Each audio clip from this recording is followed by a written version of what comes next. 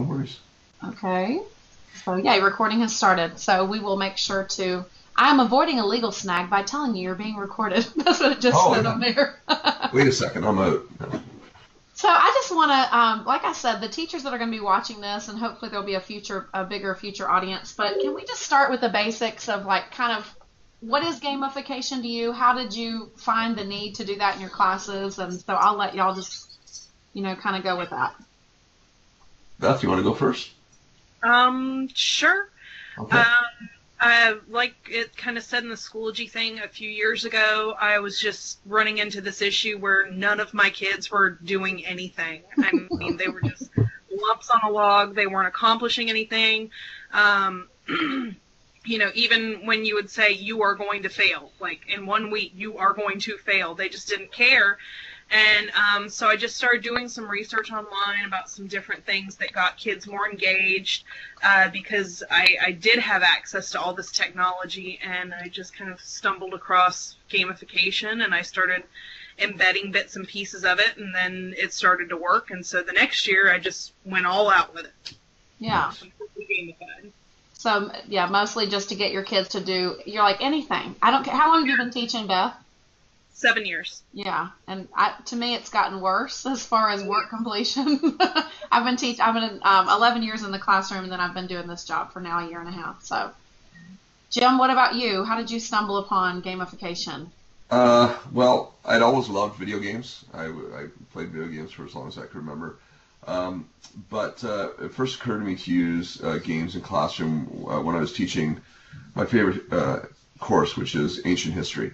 Hmm. And I've always loved the teaching battles specifically, but not all students were equally engaged in that. So what I started to do is to turn famous battles from ancient history into like big tabletop games. So I would take a dollar store tablecloth and draw out the map, and then I would get little manipulatives to represent the two sides, and then I would basically pick 3 or 4 key moments from the battle where they would have to make key decisions, Uh-huh. and then regardless of their own decisions, I would tell them what really happened, but they got points based on how appropriate their responses were. And so what I was finding is that because students had to think and argue about what they wanted to do, their retention of those facts just went through the roof. And I could ask, I had clear memories. I did a little test where the year after, when the kids were now in grade 12, and of course it's grade 11, I bump to a kid in the hall and I'd say, "Oh, by the way, do you remember what illness hit Mark Antony's troops at the Battle of Actium?" And they were just malaria, of course. What? Because they had to deal with it. They had to think, "Oh my gosh, my troops have malaria. What am I going to do?" And so that was the thing that kind of set me on that path of exploring games. Awesome. Well, teachers, I think maybe they're a little cautious that something like this, gamifying their class, it makes it too fun. It makes it not, but as you just said, Jim, it's not just turning it into the game for the sake of the game. It's, actually making sure that the content is still really strong. And Beth, you Yeah. teach what, seventh grade civics? Yes. So what are some of Government. the things that I'm sorry, I just said government, which is totally dull for 7th graders. until they met your game, right? So tell us like kind of how your kids came alive since you started. I know they've been turning in work, but why? Like what made the difference? I think what made the difference was just that now they had a purpose for doing the work. And I think what a lot of us take for granted, because so many of us became teachers just because we love school. Like, we don't need it to be gamified. We don't need extra stuff. We love learning. We love that process. We kind of take it for granted that most of our kids aren't that way. And they need a purpose for learning what they're learning. And when you add that gamified element, they begin to have a drive. They begin to say, "Oh, I'm doing this so I can progress to the next level," or "I'm doing this so I can earn my extra points." And from that point, as they become more engaged, it suddenly becomes more interest in the content area, because for the first time they're engaging with it enough to understand it enough to do something meaningful with it. So it's kind of that hook that gets them in, and then they engage with the material itself. That's awesome. So that's just like the hook. So both of you, well, Jim, I don't know about you, so I want you to tell me this. I've done a lot of research. I was actually developing a class on gamification, And we had to have like a certain number of participants for me to be able to get paid to do the class, which we didn't make, which is why. But I was so excited about it. I'm like, I've got to get an audience. I don't care if I'm getting paid to do it or not. So this is just because I want to. But Beth sounds like she has done like the structural gamification. So from my research, your whole class becomes a game. I mean, you've got leaderboards and badges. Jim, you've done like gaming in the classroom, but is it just so? Have you structured your whole class with badges or any of that kind of stuff, or you just do games within the content? Not so much. So I guess what Beth is doing is gamification, right? So taking the entire course and kind of rejigging or reworking the whole structure. So the course itself is a game, right? What I'm doing, the term that's used, at least in Canada, is games for learning. So we take either you build a game or you take an existing game and you basically use that in the course. So an example of that is, let's see. Okay, so I encourage one of my colleagues to use a game called Her Story in a 4C English class. So 4C would be grade 12 students who are college bound. And in Ontario and through the rest of Canada, university and colleges are not the same thing. Those university and those colleges more practical, workplace oriented place of learning. And so Her Story is this murder mystery, but it's done as basically a series of interviews with the key suspect, who is the murder victim's wife. And it's a real actress playing this role. So it's actual little clips that are completely searchable. And the game never tells you if you're right or not. And so in this game, or in this course, the students spent about 3 weeks trying to play this game collectively, but to piece together who's responsible for this crime, to piece together the evidence, and the engagement had never been higher for that course. It was things like students were, okay, so very similar to what Beth was experiencing, I guess, students who were completing stuff, who were disinterested. So students would come in to my colleague and say, the last thing I thought about before I fell asleep last night was that one puzzle piece we were looking at last night. Oh right? My gosh. That sort of thing where, the engagement is transcending just the normal day-to-day stuff in the classroom. And going back to your earlier point, I think about fun and how teachers respond to games being fun. Good games aren't always fun. I mean, they can be really challenging and frustrating. And, I think just because you're using this approach in a class doesn't mean that students are always going to be having fun in the way we traditionally think of perhaps games. Mm-hmm. So, yeah, because I wouldn't say that Monopoly, after you've been sitting there for 2 or 3 hours, is always fun, but you have to finish. You have to know. Absolutely. I have the funniest. My husband cannot believe the stories I come home and I mean from all these years of education, you always have tons of stories to tell, and your spouse is like, seriously, that's something. But so my latest was I'm currently Microsoft certifying 2 whole faculties. So I've got 170 people that I have to check homework for. Yeah, a high school and a middle school, and I cannot get these teachers to do their homework. And so so with the middle school, I felt like they might be more receptive to me than the high school teachers, and I've taught both, so I can kind of have that perspective. But I decided late one night last week, I was like, you know what? I'm gamifying this bad boy. So I put them on teams by color, and that's really, and I created a leaderboard, and then I created these missions, and I'll be happy, Vicki and Darlene, I have to share with you. And so I went in the next day to train these people who have had the same missing assignments for months, like since November. They never cared. They saw them, but they never cared. These teachers were like, go Team Blue. I got so much work turned in that one day. You would not even believe it. And my husband's like, wait a minute, these are adults. And it just something about, knowing that the team was counting on you. I totally, you're skeptical. When I saw Beth's story, and I posted the link over here, but you said you went from 30% work completion to 100%. I'm like, how is that? You don't believe it. It's like an infomercial or something. And you're like, how do I even believe this? But it was insane that, but I saw it with adults in one day. So. Yeah. I think part of the thing we're struggling with is that when we were in school, the purpose of why we were going to school seemed really, really clear. You know, at its most basic, you felt like if you graduated from school and you went to university or college, you were getting the job you wanted. It seemed like a fairly straightforward proposition. And I wonder sometimes if given our current the current flux in the economy and job options and that sort of thing, if students just don't see a purpose in traditional school, like why am I doing this? Like there's no direct correlation between that and the work they're doing and what happens outside school. And so if gamification can at least make them feel like there's some purpose to it. Yeah. Yeah. That's awesome. What were you going to say, Beth? Oh, I just said, adding on to what Jim said, what does it hurt? I mean, if it gets them more engaged, what's wrong with it? So what would y'all say is, and hey, Vicky, so you can hear us now? Hey. So what would you guys say was, and we're going to do future chats, not that y'all have to feel like you have to be sucked into this, but anytime you want to join us, I'll put it on Twitter or I'll email it to Beth. We're talking about games, it's all right.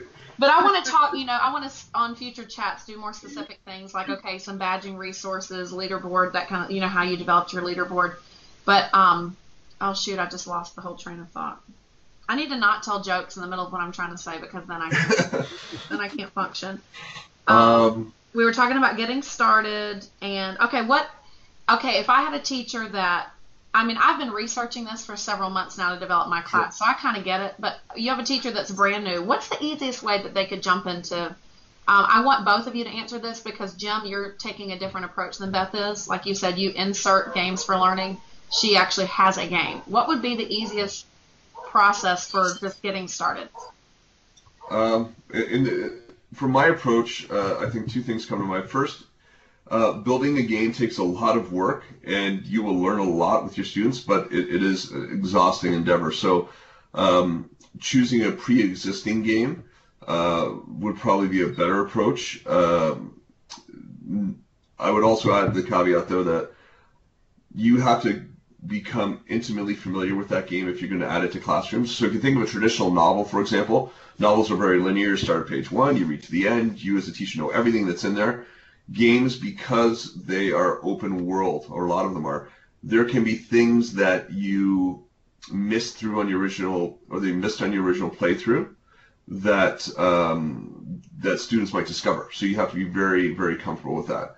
The other thing I would add, though, is, and I think this is actually quite similar to what Beth did, is choose that area of your course that seems the most problematic. Like if you're having a problem with student engagement, why wouldn't you try this? If there's one unit or one section of the course where you think, I know this isn't going to work in its present state, and you know you're going to have to revamp it anyway and find a different way to engage students, that might be the best place to start. And that's usually how we started the games we built. We chose sections of the course that perhaps needed a little bit of help. Awesome. And Beth, what about you? New teacher just jumping in. If you are looking to gamify your entire course, so not just a particular unit, but actually make the course itself a game in and of itself, I think one of the least scary ways for teachers to jump into it is the leaderboard assigning points to different assignments, so that instead of students completing things for a grade, you have them complete it for XP, or if you just want to strip it down to the basics, for their points, and then have their leaderboard where then they can be ranked according to if they complete it. I think that's one of the easiest ways just to kind of dip your toe in the water, because then they're thriving off of that competition with each other. A little bit of healthy competition is a good thing, but you're not having to be as completely familiar with those gamified elements that can kind of get overwhelming once you start looking at building a game from the ground up. There's a lot of rules, there's a lot of setup that has to go with that. So I just think that leaderboard is a safe, easy way to try it out. If you guys can look at the chat, Beth and Jim, got a couple questions over here. Darlene and Vicky are both elementary school teachers. Darlene was asking about math, but I want to talk about just the fact that, you take what your current, it's not like we develop a game based on the fun. We develop the game based on our content, but then we gamify it by the leaderboard, the badges, or whatever. So I just wanted to kind of talk about that with you guys. She was asking about, do you just do this with social studies? Have you done math? So, I mean, I was an English teacher for 11 years. That's what I did. So I would take it's whatever we want the kids to accomplish. We turn those into missions. We just change the wording. We give them a little character or whatever. So what advice, I guess, would you give for, a subject area that's not history? I know you guys are history teachers and I'm an English teacher, but do you think it's still possible to do with something like math? Sure. I do teach English as well. Okay. So that Her Story example was actually in English. I also am teaching a essentials level course right now, which is a course in Ontario aimed at the students struggling with the most basic elements of literacy in high school. Mm-hmm. And these are students who struggle writing a paragraph, for example, a huge undertaking for them. So what we're doing right now is we are playing Minecraft for about 10-15 minutes a day. Mm-hmm. And each day they're journaling about how they're playing. But what they're basically doing is they're journaling about their experience in Minecraft as if it is real life. So basically what they're writing is a survival narrative, how they survived every day, what they did and who they met and what they experienced. Mm-hmm. And so what I'm finding is that those students who struggle just to generate ideas now have all these ideas to pull from because they just played that. And so in a way they're shaping the narrative they create by how they play. Another example, I just posted the link in the chat area. If you teach primary, there's an incredible game for the Xbox Connect called Body and Brain Connection. And through a university in our area, I was lent an Xbox with this game, and I put it in my daughter's school. It's basically our grade 2 math curriculum, and it's interactive. It's amazing. So one of the games, you see a digital clock with the time, and then you see a analog clock, and as the way you use a Connect for the Xbox is that instead of using the controller, you use your arms as a controller. So what you do in this game is if you see 2 o'clock or 2:20 on the digital clock, you have to move your hands like this in front of the camera, and you see the hands on the clock move until they correspond. Yeah. Another great little mini game in there is it's a soccer game where you'll see a goalie in net, and you'll see a simple math equation like say 9 plus blank equals 11. And then you'll see 2 soccer balls, and each soccer ball has a number. And you have to kick the soccer ball that corresponds to that will allow you to finish that equation properly, right? And so what's amazing about this game is certainly the student who's playing is getting a lot from it, but there are 20 other kids along the side who are so engaged, shouting out the right answers or trying to make their hands move the same way. And games like that, I think, can work extremely well. And there are so many options that are out there. It's just sometimes just a question of finding them. Yeah, I found, and Darlene had asked too, like if there are any pre-built. So do y'all know, like I found Classcraft, and the developer that was supposed to be on here, and somebody in my department was like, Susie, I think you probably need to run that one by our higher ups because it's World of Warcraft basically, but for a classroom. But some of the powers have like a lot of religious connotations and stuff like that, and they didn't think that would probably that would go over very well.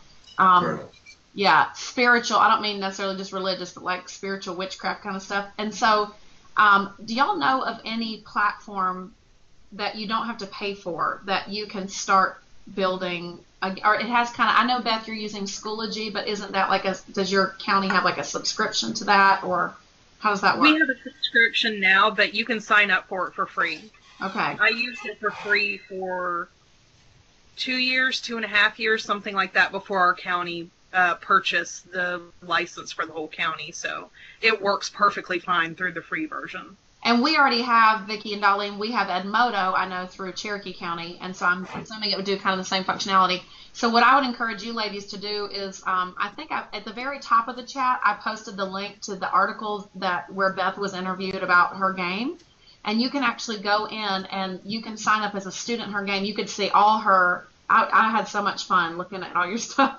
And so you can see her leaderboard, all the kids' crazy names, the prizes that the kids win. And I loved how the prizes were not anything where you had to go spend a bunch of money. You know, the prize I offered my teachers, what got them so excited is because I said I would teach their 2 worst classes if they won the game. And so I'm like, who's about ready to kill somebody? And they're all raising their, and I said, I will come teach your 2 worst classes. So that's what really motivated them. So I like that you had a lot of ideas in there for rewards that kids would care about, but they weren't expensive to you. I really like that. So Schoology is free. Edmodo, do y'all want to add anything else? Another platform where maybe they could take Beth's idea and adapt it to their curriculum?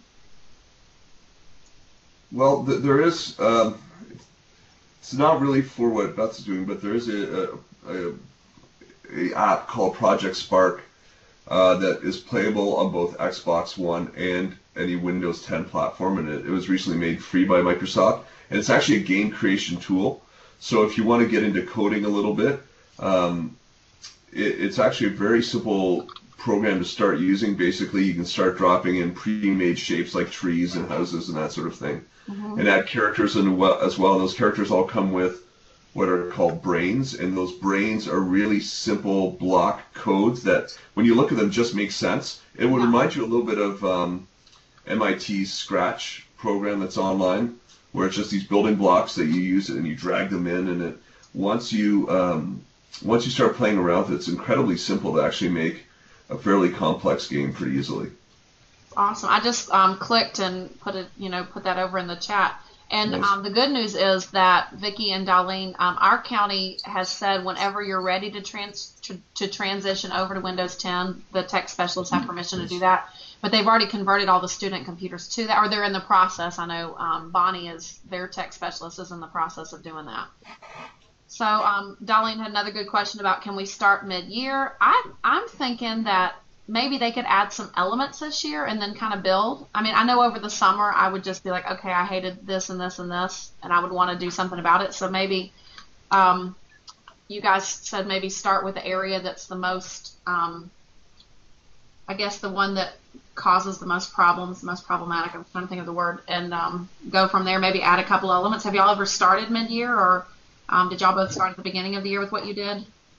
I started mid-year when I first started doing this because as with most courses, we have an end-of-course exam, state-given exam. It's huge. It's high pressure. And we had made it to almost December, and my kids just were not growing. There was no growth. They really weren't getting anywhere. And so I started mid-year when I first started this because I had to do something. Yeah. You know, I wasn't going to lose any ground, basically, if it all fell apart. If they were already struggling. And so I wanted to ask you guys another big thing that I think will come up is about grading in the gamified classroom. So can we start with, because I don't know if either of these ladies are, Vicki, are you a gamer? No. I know she loves technology. I don't know that Darlene's a gamer. I'm not a gamer. But so can you go ahead and just kind of tell us XP, AP, like I don't even know that I'm a very good explainer of all that, and then we can maybe talk about how that translates into grades, if you have to give grades in your classroom, which we do. XP is experience points, and in any kind of RPG, which your kids are going to be very familiar with for the most part, anytime you are in a battle or anytime you're engaging with something, you earn XP, you earn experience, and that increases your level. The higher your level is, the more difficult, the more complicated the kind of enemies that you're going to face are. And so that really corresponds well to a classroom, because the more experience you gain, naturally the more complicated your lessons are going to be, the more complicated the work is going to become for you, because you are increasing your levels.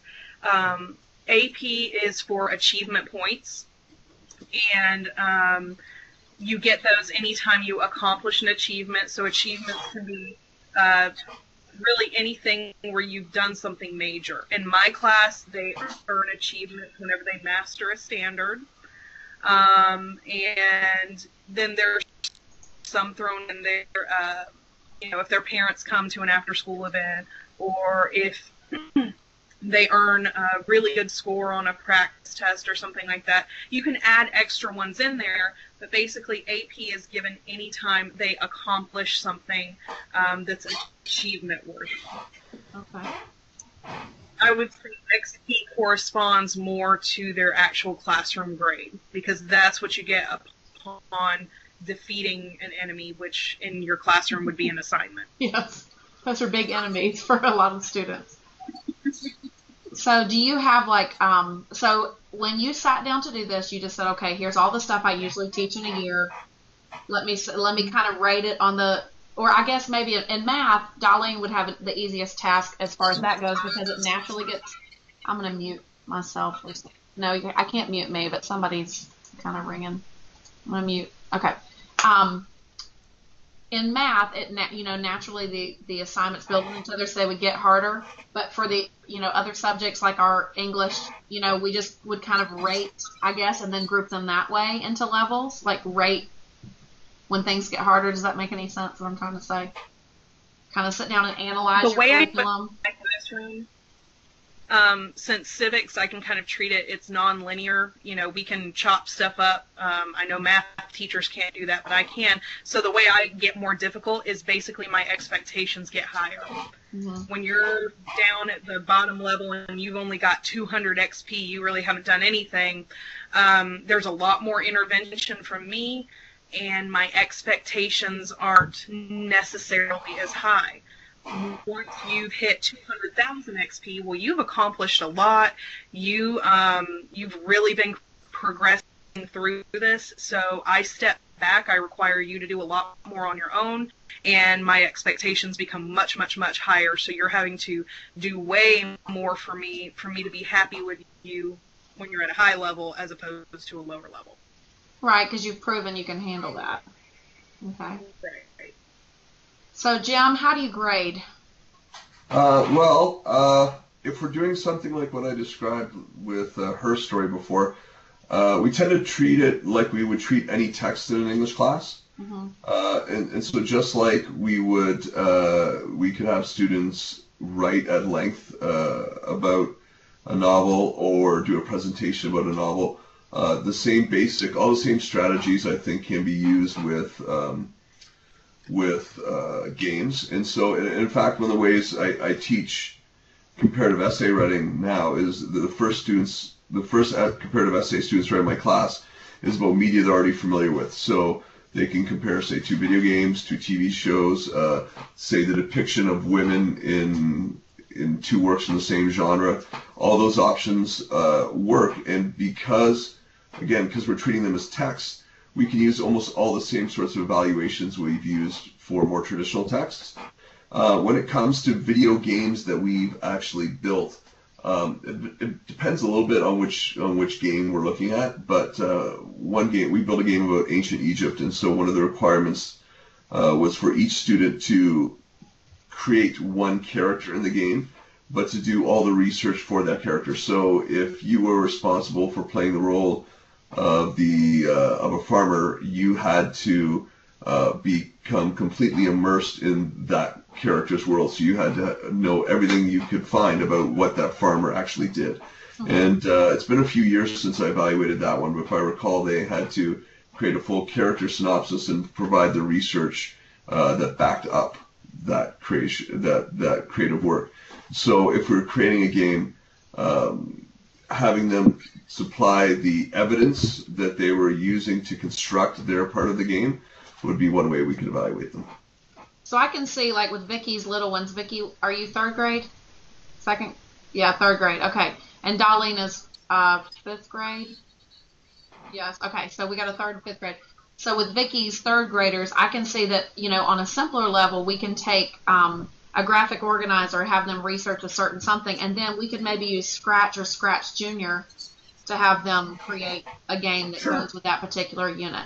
And that's something that I'm learning and would be happy to come and work with your kiddos on but Vicky would run with it. I don't know Darlene's techiness. I haven't been in your classroom, Darlene, but I would love to. But anyway, I could help you guys integrate that and where the kids actually build the game. It shouldn't be harder for you. It should accomplish your same standards, but it's just getting it. And then next year you've got the game already built, So And if I can add one more thing about the advantage of that kind of approach is that you're giving those students an authentic audience too. So if, in the past, if students only completed their work and the only person to read it was the teacher, that was really, really limiting. And it goes back to what I think Beth was talking about with motivation. Why should I even bother learning this? But if the goal that the class is trying to accomplish is create a game that will be used next year to help other students, there's a real sense of purpose to that. And I love that idea that you proposed. That's great. Yeah, and I was thinking, I don't know if you guys have played with Tiny Tap, but that's another really easy one for kids to create on. It's simpler. It's like image based. But that might be another fun one for little kids if we just wanted to kind of dive in, or not dive in, if we wanted to just kind of put our toes in. Let's see what else I wanted to ask you guys. I really like I said, tonight was just the foundation of it. Why gamify? What is it? And really, it's about getting in and playing. I've had so much fun, like I said, just getting in and just exploring what it is. And I want to see. I have a OneNote notebook where I have all my stuff. I want to see if there's anything else I wanted to ask you guys about. I don't want to just drag it on and on if there's not really anything. But Vicky and Darlene, y'all feel free to add some stuff in the chat over there. I had my OneNote notebook open. Give me just a second. Yeah, can I ask a question? Yes. Okay. So, from the sounds of it, there are a lot more standardized tests. The look of Beth's face says it all. Then perhaps we have. So, for example, we have there's I think one in grade 3, 2 in grade 6, and another one in math in grade 9, and then an English one in grade 10, and that's it. What a charmed life you're living, Jim. I know. Yeah. It's good. If we had less, it'd be even better. But that's okay. We have 5 in 7th grade alone. So here's what I'm wondering, and I have an idea what you might say to this, but I'm going to guess that there's a bit of a risk for you choosing this path because of the number of standardized tests. Mm-hmm. So I'm curious, I'm going to guess that because the engagement is so high in your class that everyone's now quite supportive of what you're doing, because the administration said, oh my gosh, look how much the students are involved. But I wonder initially, did you have to do a bit of a selling job to convince? I have a very supportive administration. Awesome. And I just went to them and I said, nothing I'm doing is working. This is terrible. It was our first year with the Civics EOC. So, it was kind of a make it or break it year. And I just told my principal, I've got to try something. And I laid the whole plan out for him. I told him how I was going to do it. And he said, go for it. And, my kids just blew it out of the water the first year. They really scored well. And so that was all that he needed to see to tell me to keep going with it. My superintendent is now very familiar with what I'm doing. He's been in my classroom a lot, and he's supportive of it because he's seen the difference it makes. And, we were doing data chats today, going over our interim assessments and everything. And already we're 3 months out from our test, but already my kids are, far more than at the beginning of the year. But, I'm well over 50% of them looking like they're going to pass the exam, and I still have 3 more months. So, the state average for passing this exam is about 50%. So we're on the right track. Well, let's hope they do it on the real day. It's great to do it on a practice test, but let's do it on the real day. So when I was thinking through, because like I said, I was planning like a 10-hour class that teachers were going to come take, and when I was thinking, again, kind of the same topic, but about the grading aspect of it, I know that we give kids, like, how do deadlines work in a gamified classroom? So if they're allowed to kind of move along and complete these challenges and redo or, that kind of stuff, how does it work with when you get ready to do like a progress report and the kid is not where he should be, but you're like, I think he'll get there. Like, how does that work? Do they have to have like maybe a certain percentage of their XP by a certain date, or how does that work? I'm very upfront with my parents at the beginning of the year. that everybody works at their own pace, and I tell parents I have kind of certain points where I expect them to be. And as long as they are progressing towards that point, I really don't hold it against them, and they do just fine. When a student starts to fall way behind the path that I think that they should be on, I just notify parents. I work with the kid to try and help them get caught up. You definitely have to be on your toes. It's not like, giving an assignment, collecting it on Friday because that's the due date, or giving your test and moving on. It is a constant battle of monitoring all of your students and knowing where all of them are at any given time, because you are going to have those that can fall through the cracks if you're not on top of them, just because they do struggle more, or they space out a little bit more. So progress reports are tricky. Yeah. Report cards are tricky, but it's all growth based. As long as you are making your growth, as long as you are progressing, then you do just fine in my class. The day you stop working, the day you stop trying to better yourself, that's when we have a problem. So do you have like a little chart, I don't even know if you would publish this to the parents, but just for yourself, or something that maybe you would share with us, like, this is kind of where I expect my kids to be, and this equals an A, a B, a C, I don't know. This is another huge controversy that I face with other teachers. My administration's sort of above it, but my EOC is worth 33% of my kids' overall grade in my class. So even if they make 100% on everything, if they fail that exam, they wind up with a 67 for their overall grade in my class. Wow.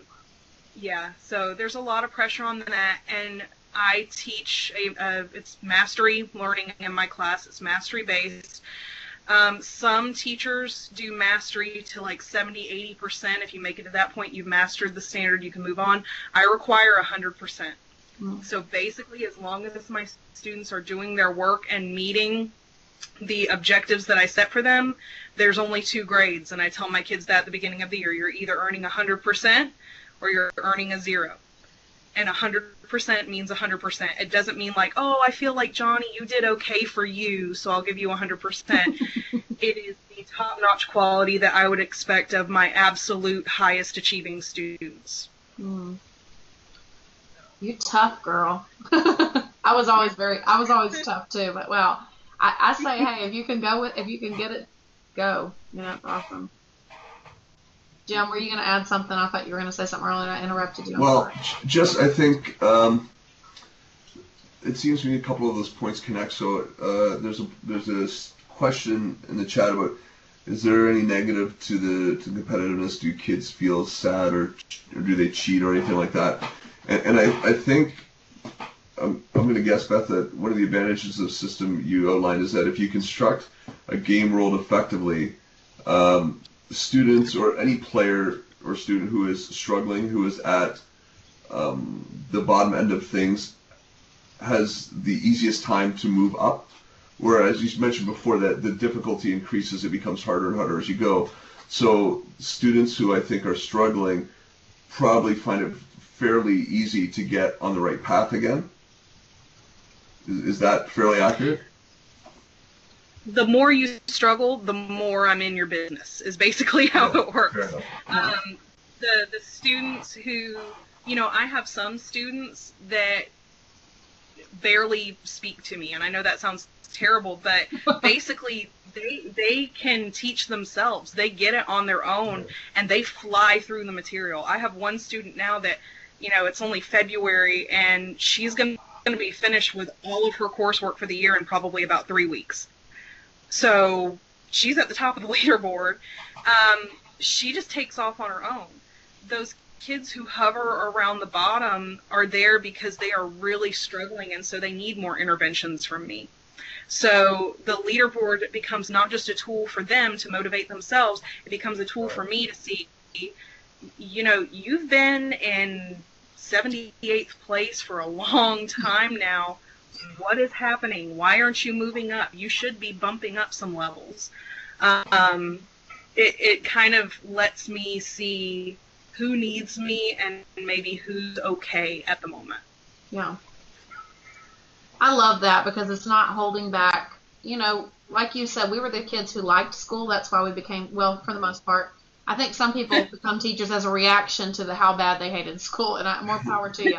But you know, we liked school. We were motivated. By the time I got to senior year, I was just like, get me out of here. I'm so, I was so tired of all the you were done with stuff. everything. Yeah.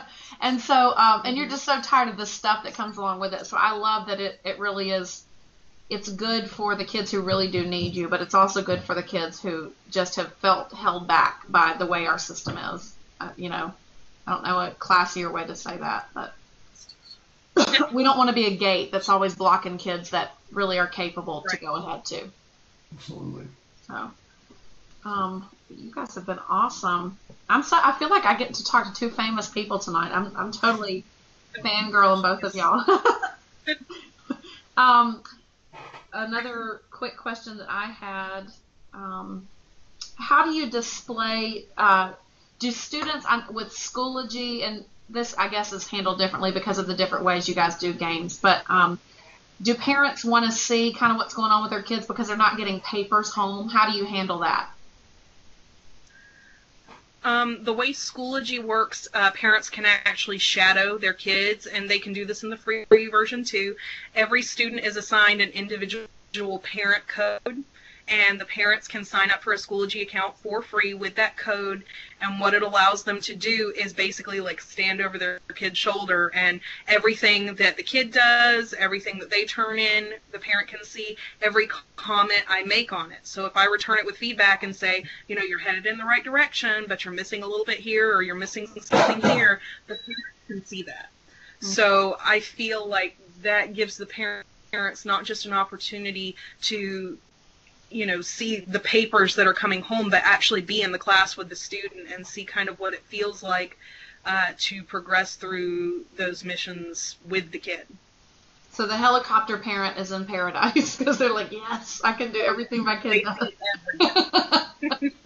And Jim, with teaching, you said high school English, right? So with high school, now it is history. So I'm not crazy. Okay, history and English. I'm like, I was thinking that I missed something earlier. So with high school, I know I taught high school for 4 years, and so I'm like, okay, I know that most parents are not looking for papers anyway, but when you need an artifact to show a parent, how do you handle that? Because I know some of these are tuned in or elementary. Again, because we're working very different uses of games, so parents still see paper evaluations from time to time, certainly. I think because we're using games as text, or because we're creating games, the starting points are so different.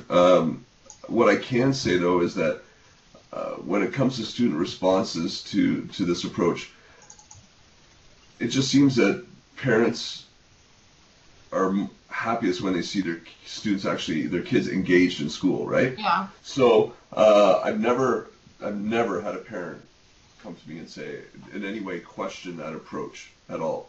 The only responses we've had have been positive ones. Oh, you know, my student suddenly loves my child loves English class now. I mean, and I'm sure Beth would agree. Once you have a student who's engaged in class, yeah, it's easy. I mean, you can get so much done with a student who's engaged in their learning, right? And so, I think parents respond to that above all else. So that's awesome. So really, they just want to see the happiness and the end product, and they're not so worried about how you did it. Just you do your thing, and we're really happy about it. Absolutely. More the approach. Do you feel like you have fewer angry parents than you used to? I don't know. You may have never had angry parents. Maybe I'm the only one who ever had parents who I was not their number one person. Do you feel like you have fewer angry parents? The kids in general are doing better? Yes. Yeah. I know parent-teacher conferences are much happier now. I have had my fair share of angry parents. I have been called many, many names. It's not just me. That's good. No. And, you know, I don't want to say there's parental backlash at the beginning of the year, but there is a little bit of resistance. and then as they start to see their child become successful, and I think that's the big thing. A lot of my kids that do the best in my class are kids that are not successful in other classes. I have students that refuse to work in other classes. I have students that just don't understand the material in other classes. And I think when parents see that what you're doing helps their child be successful, helps their child feel more confident in themselves, like you said, they don't care what you're doing. Like, what it works. My kid is learning. My kid is blossoming. Yeah. Keep up. Keep up the good work. So yeah, it's good. Mm-hmm. Have some parents championing what we do, which unfortunately isn't always the case. But in Canada, they may always be happy. I don't know. But I wouldn't go quite that far, but I think it may be a little easier for us in the sense of, going back to those standardized tests. That's stressful for everyone, right? Yeah. Teachers, students, and parents. And so if Beth's alleviating some of that stress by creating a more engaging class, parents are probably thrilled, I would imagine. Yes, I think so. I think if I had discovered this just 1.5 years ago, then maybe I would have stayed in the classroom. But alas, but I think it's really cool because now I get to facilitate maybe something great happening in our district that has never happened before. I don't know anybody who's doing this. I'm trying to have these ladies that are watching tonight and then some others that are going to tune in later on the cutting edge of greatness. And so you guys have really been inspiring to me. I really appreciate you taking time out to talk to us. And so I'm going to have some future chats on leaderboards and badges and all that kind of stuff. You're all welcome to tune in the future. I'll let you know that information. But you guys were fabulous. Anything else you wanted to share? Any words of wisdom?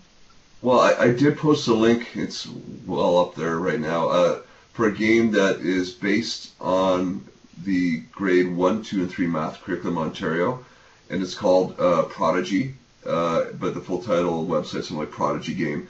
And it's free for students in Ontario. And basically what they do is each student logs in, creates a little avatar, and walks through this fantastical world and battles monsters. And the monsters, the spells you cast, like your little wizard, basically every time you successfully finish a math problem, you get to cast your spell. And so both my daughters played this game in grade 3. And what was really amazing was how often they came home and rushed down the computer to play math. Yeah. So I had my youngest actually she was on a streak for about 2 months straight where she would get up on Saturday morning and the first thing she did was turn on my computer and go and play math. And the structure of this world is very similar to what Beth describes in the sense there's XP, there's a leaderboard where she can see how she's doing against her peers in her class. Right. And her goal was she wanted to finish as high in that board as she could. She every Saturday morning, 9 o'clock in the morning, down here on my computer playing math games. I love that. Going back to what I'm talking about parents, as a parent, I'm sold. Good. Yeah. Good. I'm happy. Yeah, I don't care all the ins and outs, just something that they're doing that they're really engaged in. And yeah, she mentioned Some Dog. I've heard of that. I want to go look it up. I haven't really explored that yet. Beth, any words of wisdom for us as we take this journey? I'm trying to get one of these teachers to let me help them. Like, since I don't have my classroom, I have to live vicariously. So I always tell everybody, just don't be afraid. I know we have this pressure. I know we have these standards that we have to meet. And, depending on what your contract looks like, if you're annual like I am, it can cost you your job if the kids don't perform well. But you can't let that stop you from being a good teacher. And you can't let that stop you from doing what is best for the kids. So if you see something that scares you, if you see something that you think could work, don't let the fear get in your way. Just run with it. If it doesn't work, try something else. That's what good teaching's all about. Yeah, and I agree. It's like you can't do any worse than you're doing now if your kids aren't making progress. And the kids will only learn things if they actually do the work. I mean, I would tell kids, like, I'm failing your class. I'm like, I've never had a kid fail who actually did his work, and I didn't even grade. I'm an English teacher, so I've always got a pen in my hand. I can't resist, and sometimes it was a red pen. I know there's a whatever. I know there's a psychological reason not to do that. But anyway, and so it wasn't like I was grading for completion, but if the kid would just do the stuff, then they do better on the test. They do better in the class, and so it's really that's most of the battle, just getting them to be engaged in the class. So you guys have been, like I said, you're rock stars. I feel so blessed to have met you in person, well, in person via Skype. But anyway, so I'm going to share this recording, and if you guys want to, share it with who you know, and I'll definitely invite you to participate in future chats, but do not feel obligated because I know you also have a life. So Not that exciting of a life. You guys have a do what now, Jim? I said not that exciting of a life. I'm not Me either. So you guys have a lovely evening, and I appreciate you doing this with us. Thank you very much. Okay, bye. Take care. Bye.